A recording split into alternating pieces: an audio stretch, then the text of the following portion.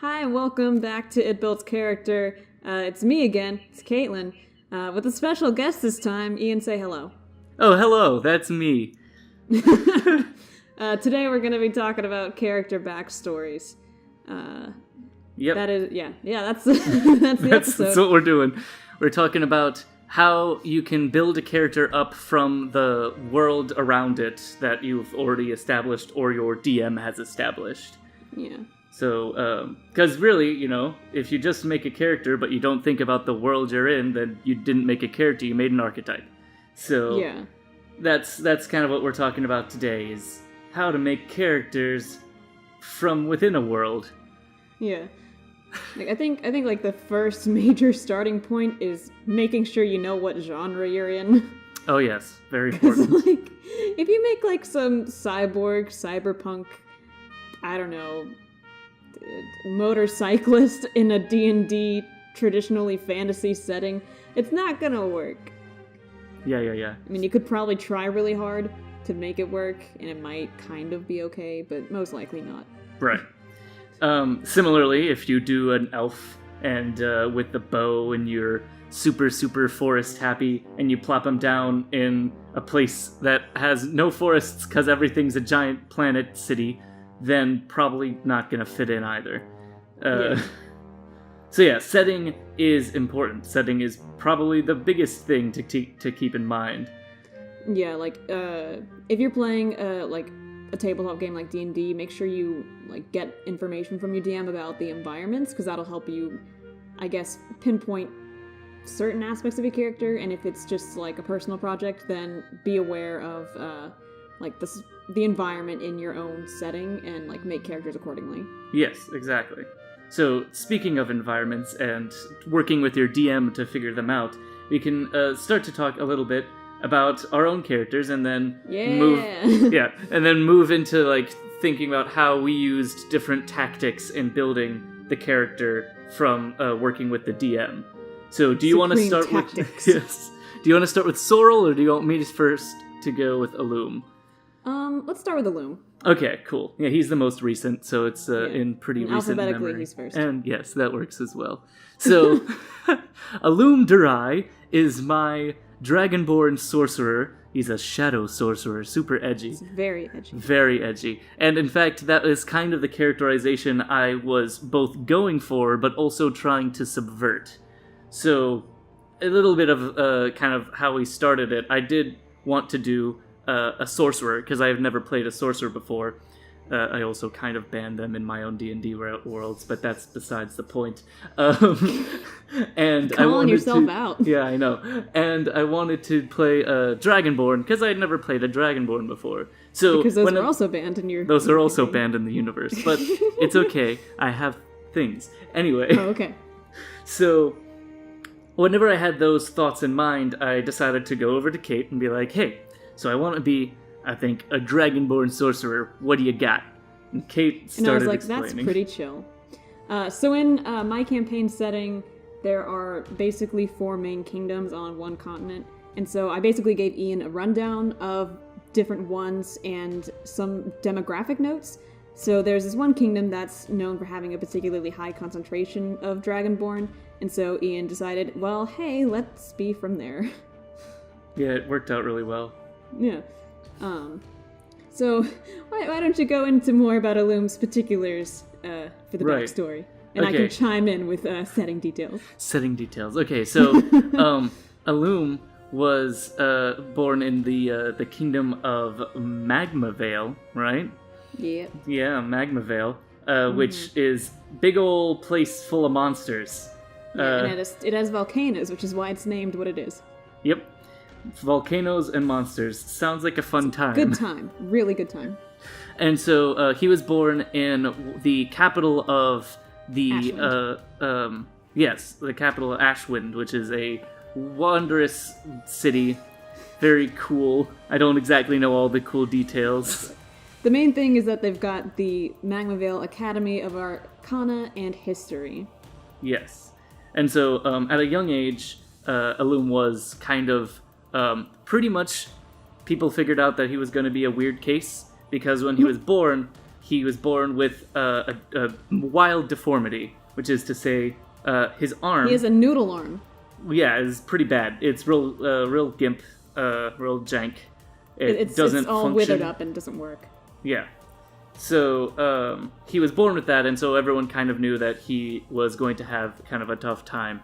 And so he spent a lot of his childhood being coddled by his parents and them trying to keep him safe from things. But he also got another deformity as he started to grow extremely, extremely tall. We're talking like 8 feet and X many inches. Yeah. He's known as Timber to his childhood friends because he was so tall and so uncoordinated that he'd fall over on the ground basically at the lightest breeze. So he's a fun character to roleplay because every time I'm like, okay, is this door tall enough? And and a lot of times it's not. It's not. It's almost never tall enough.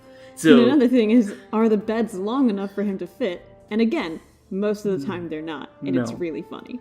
Yeah, so that was kind of a little quirk I wanted to put in there because it was like, well, that happens sometimes. Sometimes giantism is a thing, and so it was kind of this idea of, okay, well, this world doesn't really deal with that all the time, so that'll be kind of a fun little tie-in to, like, just the roleplay. He's always bonking his head on, like, rafters and stuff in smaller houses and things. Yeah, in a different episode of It Builds Character, I mentioned that there were these people called Hummingbird Knights in my campaign with giant birds, and every time Illume is nearby when one of them takes off, he gets just knocked over, just instantly. It's a great time. It's great. It's a great time. But one of the things, so kind of moving back towards his story, is he became obsessed with knowledge. He, wanted to know what was up with him, wanted to know what was up with his arm, and all the while his sorcererness was starting to come through. And of course, sorcerers don't need to learn spells, they get them naturally. For the most part, they don't. Maybe he's born with it. Yes, exactly.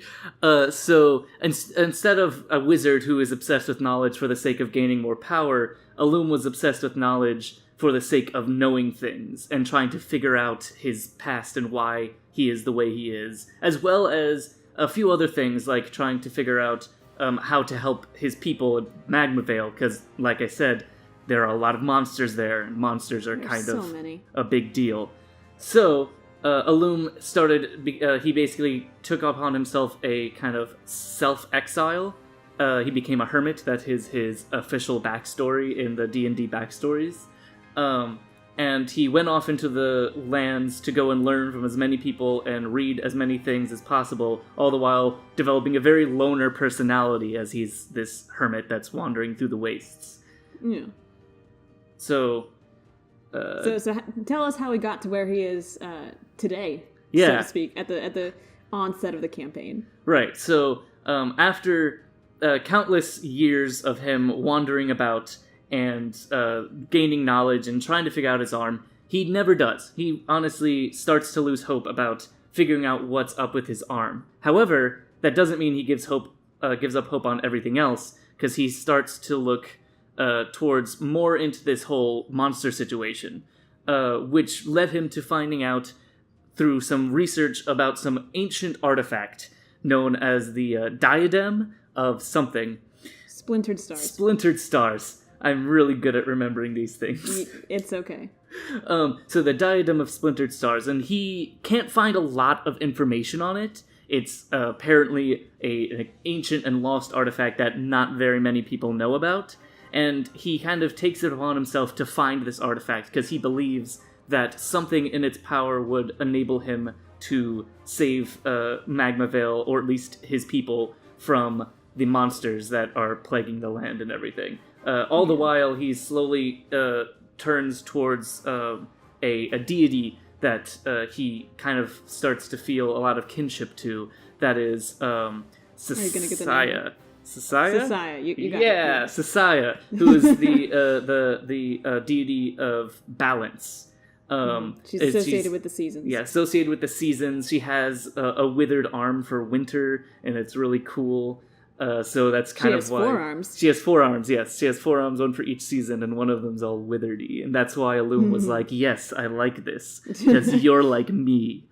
And so he kind of is using his connection or his belief in Sasaya to kind of balance himself between his kind of his angst of, you know, living with this arm and being angry at the fact that he can't do anything with it, and living to help others. So he is by the alignment chart lawful neutral. Spicy. Or actually very not spicy. Very not spicy. He's very neutral. But, I think you and Heather are both playing lawful neutral characters. Yes, it's fun. You know, it's a, you know, I like the kind of dynamic between, because I'm usually a good character, so I like the fact that I'm not, you know, going out of my way to help every single little person. I'm like, I have my mission. I'm doing what I need to do, and if I happen to help along the way, then that's fine. It's whatever. Yeah. But also, I'm going to follow my own codes and do what I'm going to do for the way I want to do it. Yeah. So, yeah. Mm-hmm.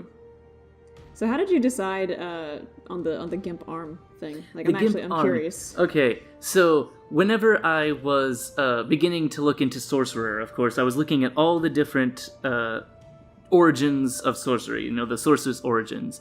And one that caught my attention was the Shadow, because I had recently been playing a Necromancer on Skyrim.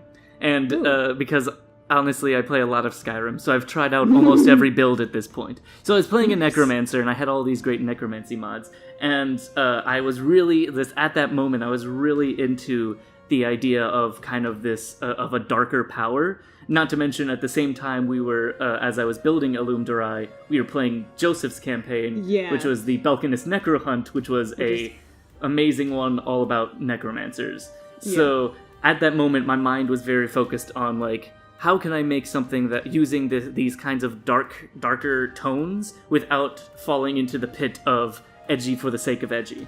Okay, I think a big part of it is that you didn't make him so concretely a loner. Like he's a hermit, but he's not opposed to getting close to his teammates.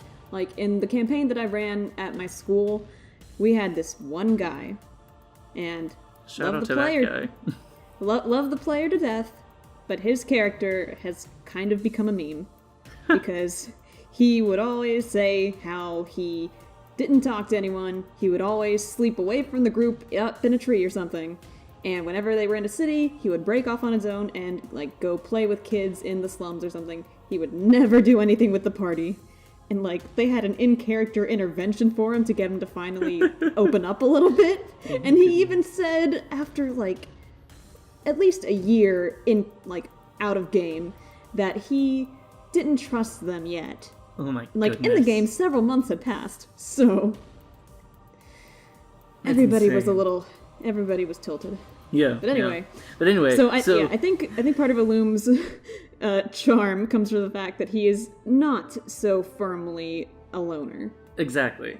And kind of like working off of that, getting back to like why I got the GIMP arm, was so I was looking into the Shadow origin, and one of the things that it mentioned was that the Shadow sorceress origin can manifest itself in different ways across different you get a people. Quirk. So you have, it's a quirk. And so I was thinking about ways that I could use it to where it would be a physical quirk that like people would notice, but also it could be not only seen as something that would be considered more of a deformity, because I felt like it would add to kind of the mystery, because that's another thing, is Illume is very mysterious to the other players. They don't know anything about him, really.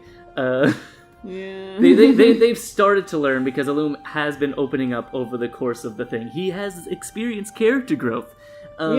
And there have also been a few events that have sort of forced his hand, so to speak. Yeah. You know, he's not entirely giving up all of his information on his own volition. But the arm idea came from the fact that the shadow that manifests it within him has done something in some way to cause his arm to be gimpified. And the other kind of fun little thing is that his scales, his non-gimped scales, normally, whenever he casts a spell, always kind of rattle and glow slightly. And that's usually only his non-gimped scales, unless something new happened, which I was not expecting. Thanks to the DM for, plopping in some good character story parts. But yeah, so the Gimp arm came from the idea of the Shadow Sorcery origin digging in. So yeah, that's... is there anything else about Illume you wanted to bring to light? Not particularly. I mean, like, he's kind of... he's been running around with the party for a while now. And like we said, he has had character growth. He has had a lot of situations where he's starting to figure out stuff about his arm now, which he had given up on figuring out about some time ago. And it's really cool that, thanks for putting in things that connect to the character. Because that's the next thing, is whenever you build a character for a D&D game, that means that, or any sort of tabletop thing, that means that the DM or whoever is running the game can start to seed in things from your character into the story to help around with that. Yeah, like something like Joseph, for his character, he purposefully left several things about his backstory vague. And so that gave me a perfect opportunity to drop in a surprise villain. And it was fun. Well, that was a great time. For reference, they found out that this crazy murderous lady had been Joseph's character's mom, and they didn't know the entire time until she showed up and was like, "I've been looking for you." It was a wondrous Joseph's face was oh my so gosh. satisfying. He was just like so shocked. All of us were shocked. And like I had been dropping a couple of hints throughout it, but I wanted to keep it. I wanted to keep it a surprise. Eric's character. Eric's character was convinced that it was a secret admirer the entire time. And then Josephine's character was like, "I'm not trying to establish a harem." That was great. It was so great. So that's kind of, where Illume Darai came from, building in with the setting and then giving Kate a bunch of options for her to put into the world. Because, like I said, I personally, even as a player, don't know what's up with the arm. Kate's the only one who knows because she's the DM. And we'll figure that out eventually when we continue the campaign. But yeah, someday. But it's really cool. That's one of the strengths of working with a DM rather than just building in isolation, is you're able to put together story threads and weave yourself in, because there can be characters that you interact with from your past, characters that knew about you from things that you've done, things like that allow for your character to really connect with the world. I think that's the main part. Yeah, I think something to keep in mind is how specific you want to be, because if you go really specific with characters from your from your character's backstory, then you give the DM some NPCs to work with already. But when you leave some things vague or open-ended, like non-defined, you just say, "There's this person here, but I'll leave who they are up to you," then that can really give the DM a chance to do some fun plot twists and some cool things. Yeah. So it's just up to how much detail you want to specify early on. But always make sure you put enough detail to where there actually is something to draw from. Yeah. Because if you just say, "Oh yeah, this is my character," and you don't give any backstory, or you give just the bare minimum, then you're leaving the DM with so little to work with they can't do anything. Yeah, they can't do anything. Your character ends up being a lot more static than the rest to anyone else who's using more character development. So that's Illume, and that's your world kind of tagged into there. Indeed. But now let's move on to Sorrel, which is the old switcheroo. The old switcheroo. Sorrel T, your character from my campaign, the very first campaign that HIJEK did as a group. Yeah, the very first D&D game that I ever played in. Oh yeah. Look at me now. I've got too many dice sets, and I'm Oh my running gosh. many things. So many I have dice so many. set. So many. It's so good. I've lost count to how many times you've sent us pictures of your new dice. Okay, so anyway. So in Ian's campaign, I'm playing a human ranger named Sorrel, nicknamed Salad because sorrel is a kind of leaf. And so her thing is that I forget if I think she was either abandoned or her parents were killed by owlbears or something in the woods, and so like... Yeah, I remember vaguely, because this has been, 3 years ago? 2 years ago? Something like that. Holy since we have this origin story. Your parents were, with a caravan going somewhere and then died in some way? Yeah. And then, I think there was, an owlbear attack, and then before they could eat little baby sorrel, these plant creatures called the botanier stepped in. The botanier are basically tree people, or treeple, as I have coined. How rude. Treeple. Yeah, honestly. And so they saw little babby sorrel, she was a year old, and they picked her up, and then they raised her. So she grew up with the botanier, obviously she knew that she wasn't one of them, but, she grew up with botanier customs, and... So that means a lot of respect for nature, especially plants, with you having kind of... your botanier parents, we established were part of the druids. That's why you use some amount of magic as opposed to... Because the botanier have a very harsh split between magic users and non-magic users. The bright leaves are non-magic users who are very traditionalist, and because magic, of course, is only around 50 years old in the world, so they're stuck on tradition, stuck on things.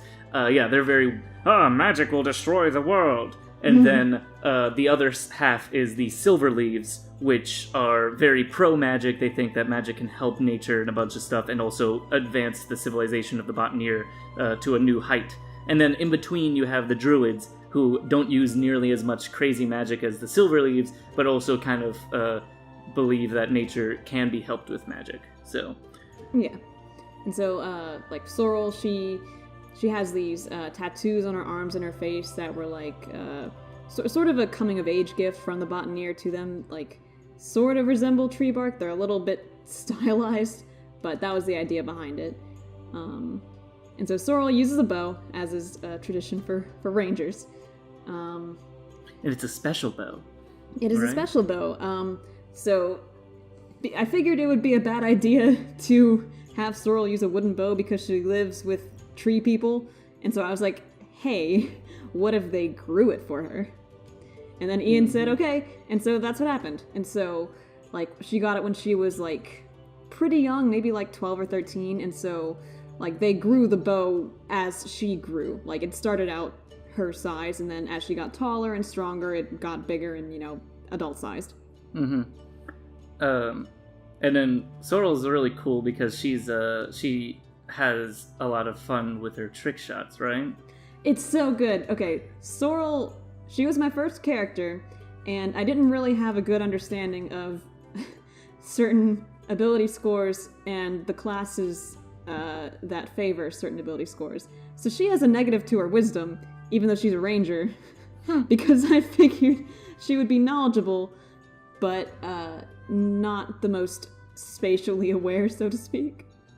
Right. Which, in case you don't know, wisdom is ranger's spellcasting ability. Yep. So she has not the best DC and attack bonus. It's great. Which is fine. But her dex is maxed, and she has, the archery fighting style, so she gets, plus 10 or 11 to hit with her longbow, and it's so much fun. Because basically, for a while, I had to botch in order to miss. And it was fantastic. I actually kind of got confused with the numbers early on, so she had a way higher bonus than she should have for a while. But then I caught it, and I was like, well, not as satisfying, but still pretty satisfying. Yeah. Another thing that I remember is you do have a favorite enemy in owlbears. I do. So the thing with Sorrel, so rangers get a favorite enemy, and you can pick between monstrosities, beasts, celestials, basically any type of monster in the monster manual. And so I decided on owlbears, and kind of going off of that, I set up a backstory where Sorrel had been pretty sheltered in the Botanier community, and there was a village of humans nearby. I think it was like Verity is what it's called? Yeah, in Verity. That's the kingdom that it was in. Yeah, and so she, like one day she went to the market to get some stuff for her dad, for her tree dad, and there she, she had really been excited to make human friends for, like, as long as she could understand the concept of people that weren't trees. And she got there and she was like, oh no, I want to make friends, but I have no idea how. And then this girl came out to her and said, oh my goodness, is that a real bow? And so that was how Sorrel met her very first friend named Filda. And so they just hit it off, they became best friends, and they would always go, like, exploring together, checking out the woods, because Sorrel lived in the woods, so she kind of knew her way around. And one afternoon they were traipsing through the forest, and they came across an owlbear when it was just the two of them.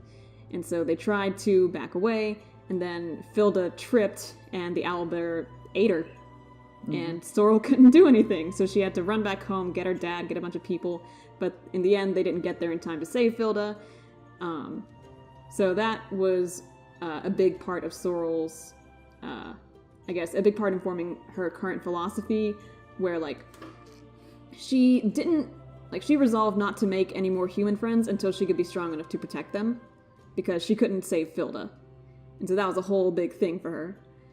And so when the campaign picked up, she had gotten to a point where she felt like she was capable enough that she could protect people that she met. Yeah. So that's what happened. That's why owlbears are her favorite enemy. Yep.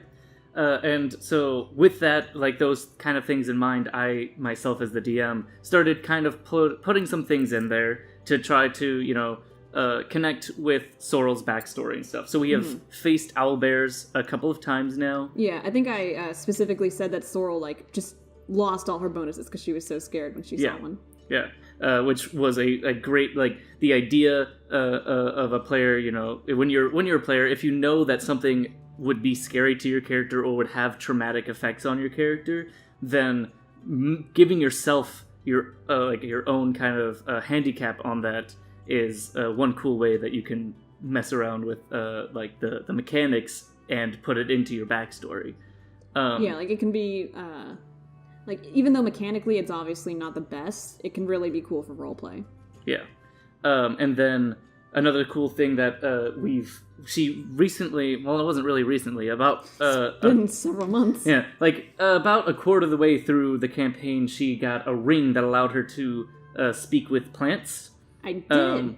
Which has been a boon to her ever since, because she gets to, she lived in the forest for most of her life, and now she gets to communicate directly with the trees, which has led to a lot of plot points being put into her mind as she's wondering what's going on with, the crystal forest, as they keep on mentioning. Because, I would just walk up to a tree and just, plot a little hand on it and be like, hey, how goes it? And then they'd be like, oh my god, everything's awful, the crystal forest is coming, ah... And, of course, we didn't know what that meant. But nope. I guess we're gonna find out. One day. Yeah. So, we also kind of... one of the things that I like to do, or I liked doing once, and I don't know if I'm ever going to do it again, but I did one of the main villains of the campaign has the ability to kind of put people into dream states. Is that the playwright? The playwright, yeah. And... as his name implies, make a play out of their lives. And so that was an opportunity as the DM to really dig into backstory for each of the characters. So for Sorrel's case, it was an alternate history of Sorrel where Filda did not die, and she was one of the Silver Leaves, and there was a whole big thing about how things would have gone in a different way. Yeah, so it was... As a DM, that is one way. It's a pretty heavy-handed way to dig into backstory, but I was digging it, man. Yeah, it's if you want to have like a very, bam, there we go, we're working with your backstory. Like that's one way to do it, and then sprinkling in like connections to the Botanier and stuff. We've ran into a few Botanier in the campaign that she's that, been like, able to... that know that she was the human in the Botanier Forest. Yeah, the Botanier Forest is huge, but there's like one human, and that was Sorrel. And it's me! Yep. So a lot of the times, like, they would know who the family is because of that. They would know how to get in contact with it and stuff. So, you know, that was kind of, from the DM's perspective, of trying to put in different situations that worked off of what Sorrel was. Especially, you know, with her amazing ability to shoot things. I always would give chances of things like, oh yeah, so there's this, you know, there's like a lantern with a flame in it. And I once shot through the lantern and set something on fire on the other side. Yeah, that was great. It was a great time. It was like, because so cathartic. There was they were fighting the playwright before it was known as the playwright, and it seemed to be absorbing most physical damage. And so she had the great idea. Like, they were all about to throw the lantern on there, and Sorrel was like, "No, I got this." Like, let me shoot it first. It was great. It worked out really well. But yeah, good times. Sorrel is a really great character to for a first character. I thought that at the time I didn't really have much experience like role playing in person. Like, I was like, I went through my DeviantArt stage where I joined like role play groups and made characters for that. But then you always had time to write things out and think of how your character would act. It's a little bit different in D&D because you're right there in the moment. You don't have all the time to think about what exactly your character would say. But I think I've gotten better at it since then. I mean, I think that DMing definitely helps with that. Yeah. So I look forward to seeing how Sorrel has evolved since we've been able to play. Especially if we end up doing the little soft reboot that the group is kind of discussing for the Shadows of Venesoth, Shadow of Vendrin campaign. Yeah. But we'll see. We'll see. But anyway, yeah, Sorrel, like I said, great first-time character to try to get into, like, backstory and things like that. So, like, don't be afraid to take, like, the notes from the player's handbook or things like that and just sort of run with it if it's your first time or you're not sure where you want to go. Like, the required aspects of some classes can be really good plot points, like with the whole favorite enemy thing, or with the shadow sorcery origin. Because that kind of gives you a jumping off point, and then you have a basis, and then you can build off of it or adjust it or embellish it however you want. Right. Yeah, that's what the player's handbook is really for. It is a jumping off point. Like what I do with wonderful world building, it's supposed to be a place to start your thoughts and start the thought processes that would eventually lead to a full character. And if you work with your DM, you can do a lot of things that the player's handbook won't let you do normally. You can kind of change the way certain things work or worded to make it so, as long as you know, this is a little bit more of an advanced strategy, but advanced tactics. Advanced tactics, yeah. But you can kind of mold things to be a bit different for your class, specifically for your character. I have Oh, sorry, go ahead. Oh, yeah, I have a character that a player right now that is in my campaign I'm running at my college, and they are a monk, but they had it in their mind, they really wanted the spell enlarge so that they could and I put a lot of restrictions on it, but like once a day they're able to make themselves really big, and it only lasts a minute, so 1 minute of really big monk who's just punching things. 1 minute of big boy. Yeah, 1 minute of big boy. And that's the thing, is like, enlarge is not an ability monks can have, but since he had a reason for it, and we worked together to figure out how it would work in the best way, he was able to get it to work for him, and I was able to get it to work for him. Yeah, like, don't be afraid to talk to your DM about, like, homebrewing things or modifying it, like with the enlarged monk thing. Or if there's, like in D&D, there are certain preset backgrounds that give you certain features and skills. Like, if one of them doesn't fit what you're going for, you can always talk to your DM about homebrewing one and coming up with a feature that would, be fitting. Yeah.